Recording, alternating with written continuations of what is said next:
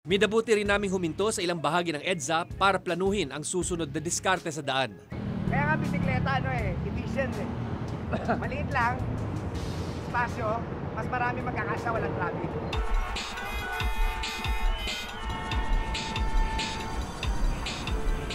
Kaya saan lakad mo yan? Saan padyak mo? Ano yan? Trabaho mo? Trabaho? Nagtatrabaho ka? Kaya mo siya? Ha? Sa construction? Ano yan? Araw-araw ka? Dito rota mo? Hirapan ka? Hindi naman. Araw-araw yan. Sanay ka na mag-bike?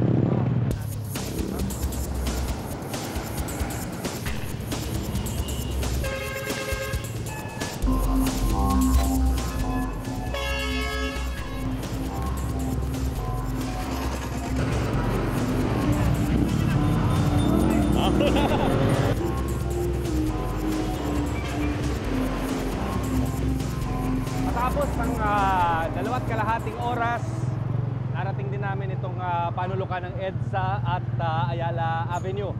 Pero didiretso pa kami dahil yung target talaga namin, yung buong kahabaan ng EDSA, yung Taft Avenue.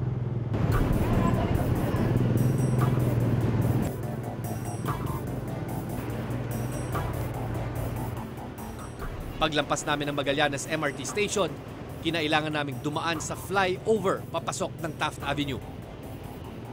Wala kaming choice, kundi dito sa taas. Buti ngayon, marami kami. Pero pag mag-isa ka, yari ka, wala ka namang katulong eh.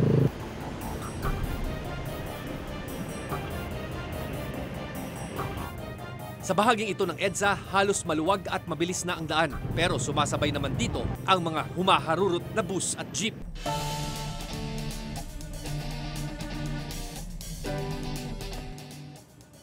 Maging ako, munti ka na ring magitgit ng jeep. Stop! Tingin-tingin! Hindi ka pa tayo nabangga nung jeep. Yan nga isang mga problema ng mga cyclist natin along EDSA. Marami rin mga jeep na hindi talaga sumusunod sa batas trapiko. Tapos ang 3 oras, narating din namin yung Taft Avenue, yung dulo ng EDSA. Madaming balakid, madaming stopover, pero masasabi ko lang, mahirap maging siklista sa EDSA.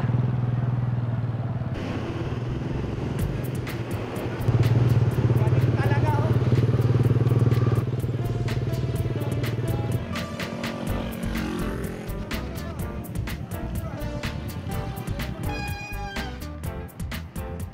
Sa mga nakilala natin doon, o halos lahat siguro na nakilala natin doon na nagbibisikleta along EDSA, ay nagbibisikleta sila papunta sa kanilang trabaho.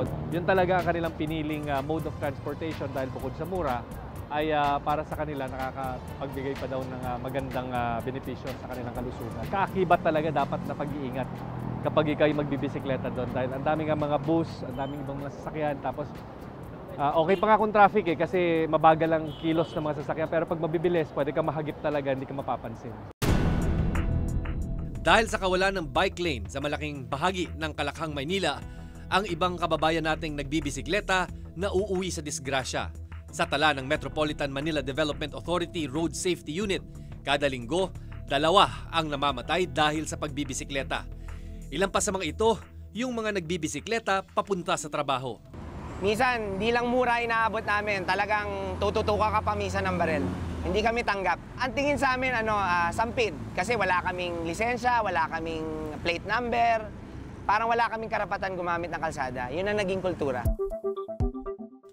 Noong nakarang linggo lang, pumanaw ang asawa ni Gloria na si Fernando.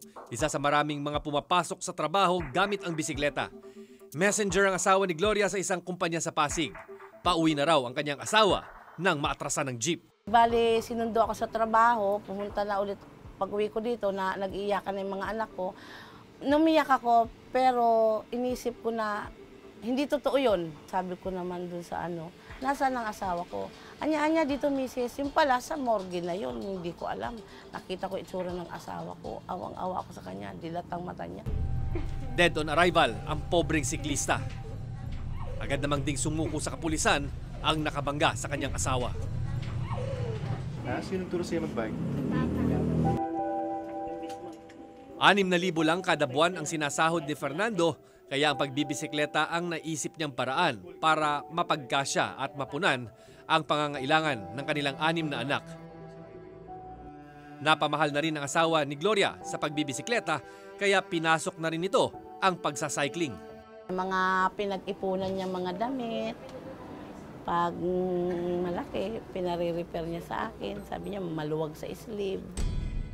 Sa kabila ng nangyaring malagim na aksidente, nakuha pa rin ni Gloria na isabit sa loob ng kanilang bahay ang wasak na bisikleta ng kanyang nasirang asawa.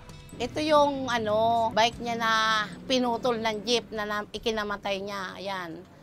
Yan. Putol na yan, kaya pinagpatong na yan. Kasi iniisip ko, hindi siya patay. Pag napalingon ako dito, nandyan lang siya sa labas. Kaya sinabit ko to dito. Malapit na naman ako sa sigsag. Ang dami sigsag dito. Kung nandito siya, siyempre, may may kasama na mag-aalalay para sa mga anak ko. Mahirap talaga pag may sakit, wala kang karamay. Talagang pinakadahilan is kailangan ligtas. Kasi ang mga kasama namin nagbibisikleta, mga padre de pamilya, mga hirap sa buhay.